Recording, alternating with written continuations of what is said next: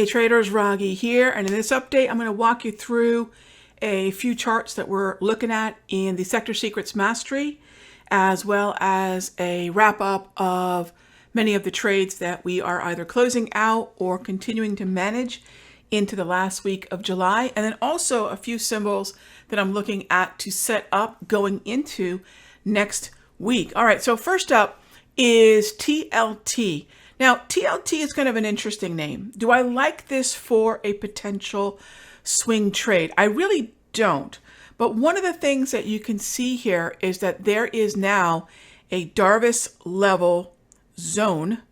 And in the lower quarter of the zone, if we can manage to hold this area, it will bode really well for the longer term TLT position that I have going on in the Sector Secrets Mastery. So we put this position on a couple months ago via TLT shares. Many of our members also have December or I believe April leaps, and nothing any sooner than September because the Federal Reserve is not expected to act before then, and I wouldn't expect this to move higher until the monetary policy shifts. So I wanted to give everyone a little bit of a heads up of something that we do rather unique in the room. And this is an entry zone that you can still take advantage of. And that is this zone between approximately 84.92 and 82.42 and this area here of support. We have the position built already. It's actually taken on very little heat. It's just not really gone anywhere yet. And when you have the shares, you have some staying power. And for those of you who do like a time horizon on, say, more of a portfolio mindset of trades, come check out the account growth, long-term account growth session that we're going to be doing the first Tuesday of August, which is the 5th. And if you're wondering, Rog, how do I check that out? Really easy. You can actually grab the trial that's available right now over at sectorsecrets.com. It's a $7 trial, and that will take you through that August 5 long-term account growth, and I'll give you all some updates on TLT. We have still a long position that's doing pretty well in TMUS, as well as other positions like AbbVie. So I'll bring everybody up to speed on that current book, which is actually doing pretty well. AbbVie's up about 20 points since our trigger in May. All right, so next is what's going on in terms of the swing trades. Now, by the way, if you grab that trial, that $7 trial, you can join me for the swing trading and the day trading that we do every single day, Monday through Friday in the room. So let me bring you up to speed on a few things that's going on right now. FLR is a ongoing swing trade that we've got in the room. So let me talk about why we're in and what I expect and maybe what the next opportunity would be to take advantage of this gorgeous uptrend. So first of all, FLR is a trade that we have the 15 August 50 call. So if I've got a 50 call, the trigger is going to be in that area because I'm always looking at the money.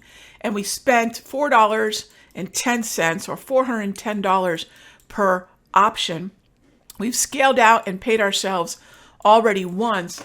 And currently FLR August 15th, again, we've got 3 weeks to go. So if this uptrend continues, we could see some really nice movement in our direction. These are currently trading just over $750. And again, with 3 weeks to go, I would love to see a second target of about 820 to 850, which would represent, a full 100% premium return on the trade. So we're getting really close to that and would love to see some new highs into next week. Now, if FLR pulls back down to either the mean reversion of these three lines, the green, yellow, red lines, or the support of the Darvas, I'd absolutely be fine with re-entering the trade. I'm looking to go take advantage of this uptrend. Now, another trade that's doing something similar, where we've taken one trade, it hit an optional target, and it's sinking back down to a zone, is Bitcoin.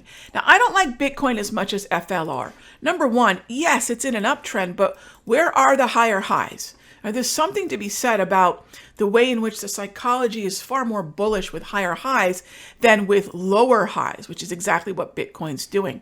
When we have an uptrend, but with lower highs, it makes sense to have an optional first target. And that's what I would definitely do when getting into Bitcoin again. In this case, it's a Darvas support, daily price movement range buy that many of our members are still in.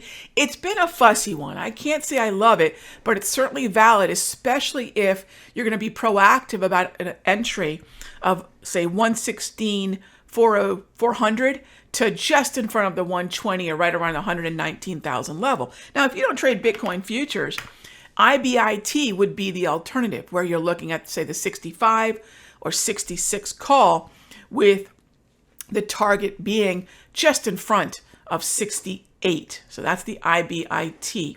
Today we closed Hood. So again, if you grab that $7 trial, these are the kind of trades we're putting on. And today we closed Hood. Now, if you're looking at Hood, there is another opportunity to get in, and I would definitely like to do it. But these are two setups that I'll explain right now, that if you're looking to get into Hood, you can use this to take a look at this next week. We have a Darvas, and it just confirmed a day ago. And what I'll do is I'll cut that Darvas range in half, and I'll cut that half again. So what this yields is the lower quarter of the range. I've got the lower quarter of the range, and I've got the lower eighth of the range. So here's my lower quarter, right in here, lower quarter, and then here's my lower eighth. Okay, so I'm looking for that lower quarter of the Darvas resistance to support zone. All right, so then the next thing I'm going to do is, if I'd like to, I could place an alert at 3 levels. One at, say, 102.75, another at, say, 101 even, and the last alert that I would place would be at the low of the Darvas at 98.80. If price sinks down into that zone, it's very likely going to be in that daily price movement range volatility zone, this gray area that we have automated on the chart, which studies historical volatility, but it's also going to be in the Darvas zone. So I love when I get two reasons for the trade to be valid. One is based on price, the other is based on volatility. The Hood, which we're just rolling out of a gorgeous 200, I think, and 40% winner. I would love to look at the money strikes for this, and that's going to be the 100 call. You can look at the 100 call either for August 8, or you can look at the 100 call for August 15. I would say, now, having said that, what I would do is, as far as timing, is I would wait. Earnings on this are the 30th, so in 5 days. Wait to see if earnings can drive price down to that level. So this is where I warn everyone about earnings.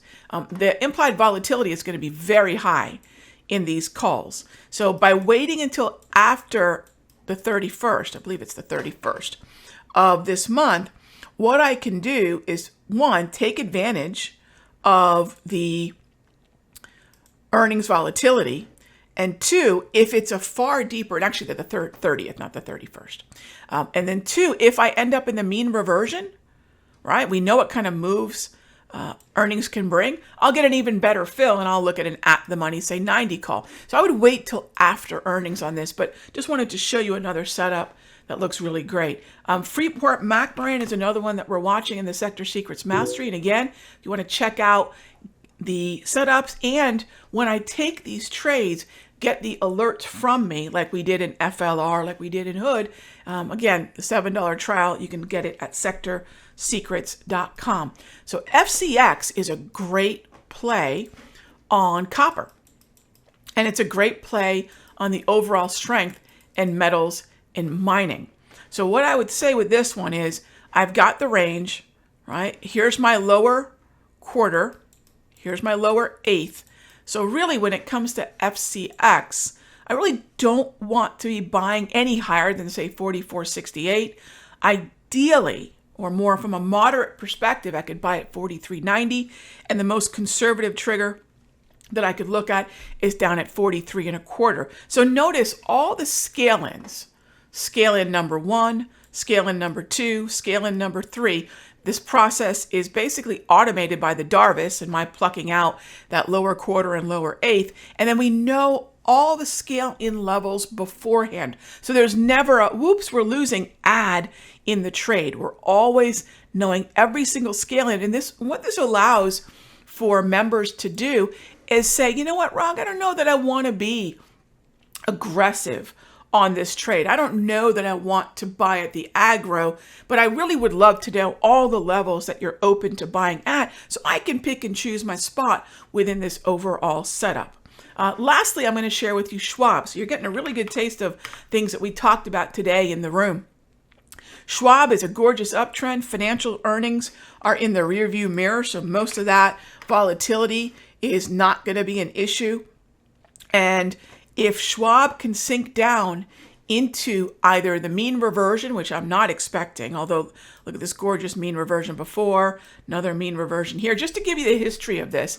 If it can sink into the daily price movement range, this gray zone, yeah, I'm your Huckleberry. I will absolutely look for an opportunity to the upside. So if you want to get alerts like this, whether they be long-term, whether they be swing trades, or if you want to day trade with me live Monday through Friday, check out the trial. I don't do these often, gang. They have it running right now. You can go to sectorsecrets.com and you'll see the button to click for that $7 trial. Have an awesome weekend. If you have any questions or comments, please smash that thumbs up button. And I do answer the questions personally, so leave them there. I'm happy to take a look. Be good to each other, gang. I'll see you next week.